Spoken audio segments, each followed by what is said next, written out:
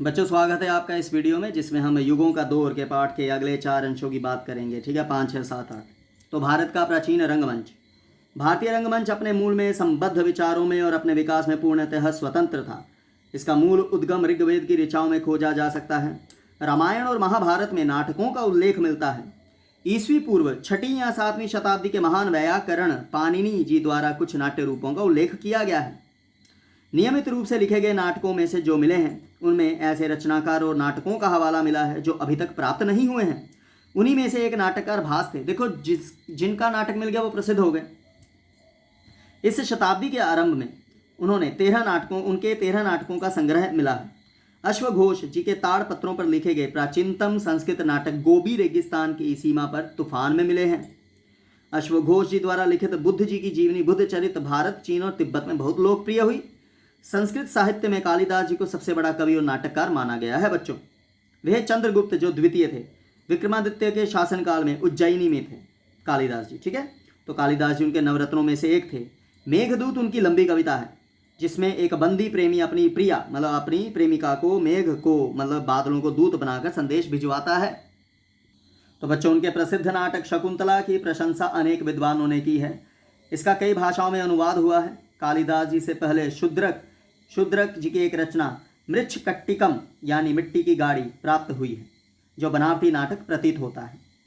400 ईस्वी के लगभग चंद्रगुप्त द्वितीय जी के शासनकाल में विशाखदत्त जी ने मुद्रा राक्षस नामक नाटक लिखा जो विशुद्ध राजनीतिक था।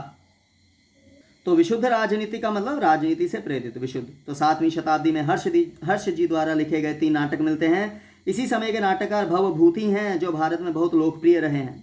सदियों तक बहने वाली संस्कृत नाटकों की इस धारा में 19वीं शताब्दी के आरंभ में गुणात्मक हास आने लगा, मतलब डिक्लिनेशन होने लगा। बच्चों, इसलिए कहाँ संस्कृत, हम डरते हैं संस्कृत से, है ना।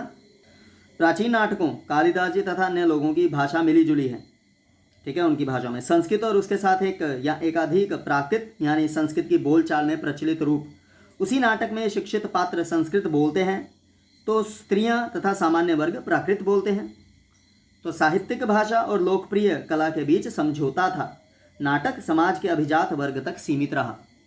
तो अभिजात वर्ग मतलब कह सकते हैं ऊंचा कुल पढ़े लिखे। इसके साथ साथ लोकमंच का भी विकास होता रहा। इनकी कथाओं का आधार भारतीय पुराकथाएं तथा महाकाव्यों से ली गई कथाएं होती थीं। ये अलग अलग क्षेत्रीय बोलियों में रचे जाते थे, इसलिए ये क्षेत्र विशेष तक ही सीमित रहते थे। तो बच्चों, आप समझ सकते हैं कि कैसे संस्कृत भाषा कहीं ना कहीं खास होता रहा। आगे, संस्कृत भाषा की जीवंतता और स्थायित्व। संस्कृत भाषा अत्यंत विकसित, अलंकृत और अद्भुत रूप से समृद्ध भाषा है। दुनिया की वैज्ञानिक भाषा है, सबसे पुरानी है। यह उस व्याकरण से युक्त है जिसका निर्माण करीब 2500 वर्ष पूर्व पाणिनि जी ने किया था। इसका मूल रूप आज भी वही है।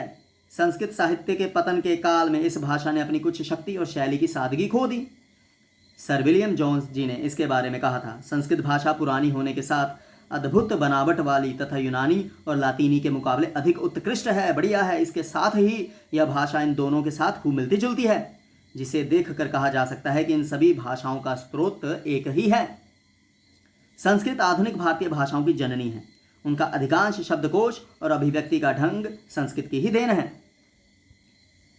तो आगे बढ़े, दक्षिण पूर्वी एशिया में भारतीय उपनिवेश और संस्कृति।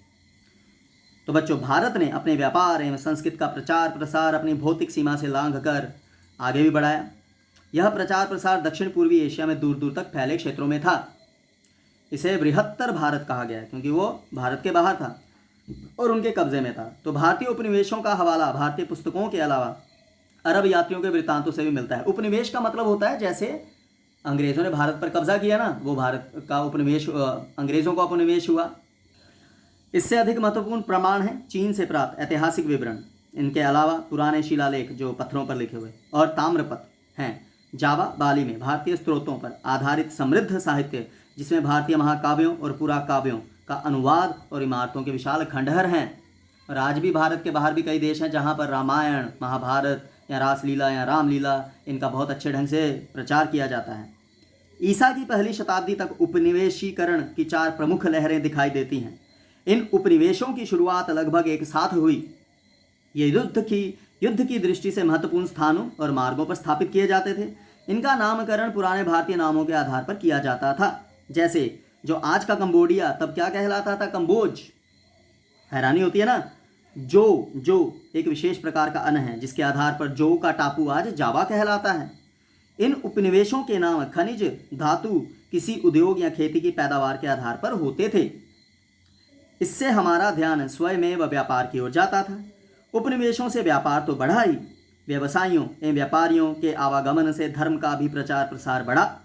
संस्कृत और यूनानी साहित्य से भारत और सुदूर पूरब के देशों के बीच नियमित समुद्री व्यापार होने का पता चलता है। तो बच्चों, उस समय बने जहाज़ों का ब्यौरा मिलने से पता चलता है कि प्राचीन भारत में जहाज़ बनाने का उद्योग भी उन्नत और विकसित था। भारतीय बंदरगाहों का उल्लेख तथा दक्षिण भारतीय सिक्कों पर दोहरे पाल वाले जहाज़ों के चित्र इसकी पुष्टि करते हैं। महाद्वीपीय देशों पर चीन का प्रभाव अधिक दिखाई देता है तथा टापुओं और मलय प्रायद्वीप पर भारत की छाप अधिक दिखाई देती है। भारतीय उपनिवेशों का इतिहास ईसा की पहली दूसरी शताब्दी से आरंभ होकर 15वीं शताब्दी तक अर्थात 1300 साल तक का है। ठीक है बच्चों, अब आगे बढ़ते हैं विदेशों पर भारतीय कला का प्रभाव। तो बच्चों, भारतीय सभ्यता का प्रभाव विशेष रूप से दक्षिण पूर्वी एशिया पर पड़ा। चंपा, अंगगोर, श्री विजय, भज्जापहित सहित अनेक संस्कृत के अध्ययन केंद्र थे। ये स्थान भारतीय कला से भी प्रभावित थे। यहाँ के शासकों के नाम विशुद्ध भारतीय और संस्कृत में हैं। इनका भारतीयकरण किया गया था। राजकीय समारोह भारतीय ढंग से संपन्न कराए जाते थे। कर्मचारियों की पदवियाँ संस्कृत की प्राचीन पदवियाँ थीं। इसे थाईलैंड और मलाया में अभी भी देखा जा सकता है। इंडोनेशिया के प्राचीन साहित्य तथा जावा एवं बाली के मशहूर नृत्य भारत से हैं। कभी गौर करना, वीडियोस देखना या खोजबीन करिएगा तो आपको पता लगेगा भारतीय जो संस्कृति है कहाँ कहाँ फैली है। तो यहाँ हिंदू धर्म सर्वाधिक प्रचलित है। कंबोडिया की वर्णमाला, दीवानी और फौजदारी कानून आदि में भारत का प्रभाव दिखाई देता है। यहाँ भारतीय प्रभाव भारतीय बस्तियों की भव्य कला और वास्तुकला में दिखाई देता है। यहाँ के अद्भुत मंदिरों में पत्थरों पर उत्कीर्ण बुद्ध जी की जीवन गाथा और नक्काशी द्वारा विष्णु जी, राम जी और कृष्ण जी की कथाएं अंकित हैं। बच्चों, भारतीय कला में हमेशा धार्मिक प्रेरणा एवं पारदर्शिता होती है, जिससे यूरोप के गिरजाघरों के निर्माता भी प्रभावित हुए हैं। सौंदर्य का संबंध आत्मा से जोड़ा गया है, भले ही वह पदार्थ के रूप या आकार ग्रहण कर ले। यूनानियों को सौंदर्य में केवल आनंद ही नहीं मिलता था, बल्कि वे उसमें सत्य के दर्शन भी करते थे, मतलब सच खोजते थे। भारतीय भी सौंदर्य प्रेमी थे। वे अपनी रचनाओं में गहरा अर्थ भरने का प्रयत्न भी करते थे। भारत की विशेषता उसकी मूर्तिकला और स्थापत्य में है, ठीक है, जबकि चीन और जापान की विशेषता उनकी चित्रकला में है। भारतीय संगीत और यूरोपीय संगीत में भिन्नता थी, पर भारत के विशिष्ट संगीत ने चीनी और एशियाई संगीत को प्रभावित किया। भारतीय कला प्रकृति चित्रण से भरपूर है। इस पर चीनी प्रभाव दिखाई देता है। गुप्त काल में अजंता की गुफाएं, उन पर भित्ति चित्र और बाग और बादामी की गुफाएं बनाई गई। ठीक है, आप कभी सर्च कीजिए, आपको पता लगेगा क्या फ़र्क होता है। अजंता की गुफाएं हमें वास्तविकता की दुनिया में ले जाती हैं। ये भित्ति चित्र बौद्ध भिक्षुओं द्वारा बनाए गए हैं। सुंदर स्त्रियों, राजकुमारियों, गायिकाओं, नर्तकियों आदि के चित्र उन्होंने उतने ही प्रेम से बनाए जितने प्रेम से उन्होंने बुद्ध जी को उनकी शांत लोकोत्तर गरिमा में चित्रित किया। तो आप अंतर समझ सकते हैं। एलोरा की गुफाएं 7वीं 8वीं शताब्दी में तैयार की गई, तो जिनके बीच कैलाश जी का विशाल मंदिर है। एलिफेंटा की गुफाएं, जिनमें प्रभावशाली तथा रहस्यमय त्रिमूर्ति है, तथा महाबलीपुरम का निर्माण भी इसी समय हुआ। एलिफेंटा की गुफाओं में नटराज शिव जी की नृत्य मुद्रा में है। ठीक है, एलिफेंटा की गुफाओं में नटराज शिव जी नृत्य मुद्रा में है। ब्रिटिश संग्रहालय में विश्व का सृजन और विनाश करते हुए नटराज शिव जी की भी मूर्ति है। तो जो नटराज, आप पेंसिल इस्तेमाल करते हैं, नटराज नृत्य कला में जो भगवान शिव जी का एक रूप है, बहुत बहुत प्रसिद्ध है, इसलिए उन्हें माथा टेका जाता है। नृत्य करने वाले लोगों द्वारा सम्मान किया जाता है।